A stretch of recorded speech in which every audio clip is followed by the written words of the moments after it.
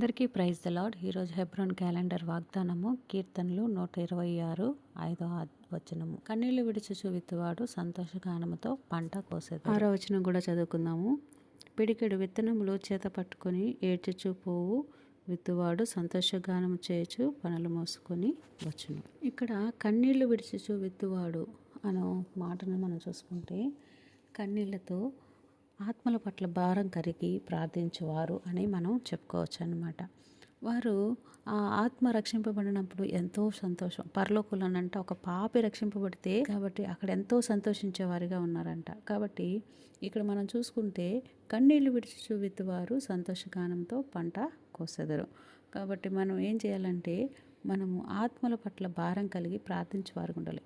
పిడికెడు విత్తనములు చేత పట్టుకొని ఏడ్చుచూ పోవు విత్తువాడు సంతోషగానము చేయుచు పనులు మోసుకొని వచ్చును. దీనికి ఉదాహరణగా యేసుక్రీస్తు ప్రభువారిని మనం చూసుకోవచ్చు.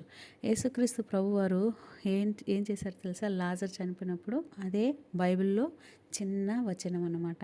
అది యోహాను సువార్త 11:35 ఉంటుంది. యేసు కన్నీరు విడిచాను అని ఉంటుంది అన్నమాట. అయితే ఇక్కడ పిడికెడు విత్తనములు పట్టుకొని అంటే ఒక విత్తనము భూమిలో చావకుంటే దాంట్లో జీవం రాదు. దాని ద్వారా అనేక జీవం కలిగిన విత్తనాలు బయటకు రావు. ఆ రీతిగానే యేసుక్రీస్తు ప్రభువు వారు నీ కొరకు నా కొరకు చనిపోయారు.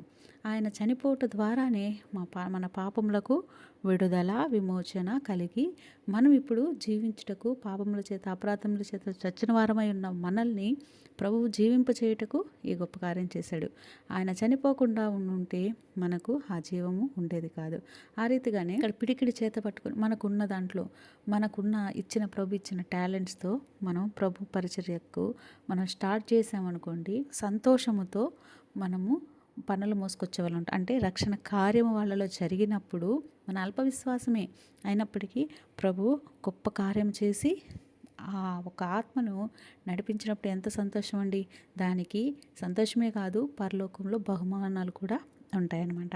అందుకని అప్పుడు మనము మన నోటి నిండా నవ్వుంచును ఆనంద గానముతో మనము నిండి ఉండేవారిగా ఉంటాం. యెహోవా గొప్ప కార్యములు చేయు దేవుడు. కాబట్టి కన్నీళ్లు విడిచుచు ఆత్మల పట్ల రక్షణ లేని వారి పట్ల మనము భారం కలిగి ప్రార్థిద్దాం. ప్రేమగల తండ్రి యేసయ్య నీకు వందనాలు. ఇంతవరకు మీరు చేసిన మేలు ఉపకారం బట్టి నేను స్తుతిస్తూ కనిపిస్తూ వస్తున్నాను.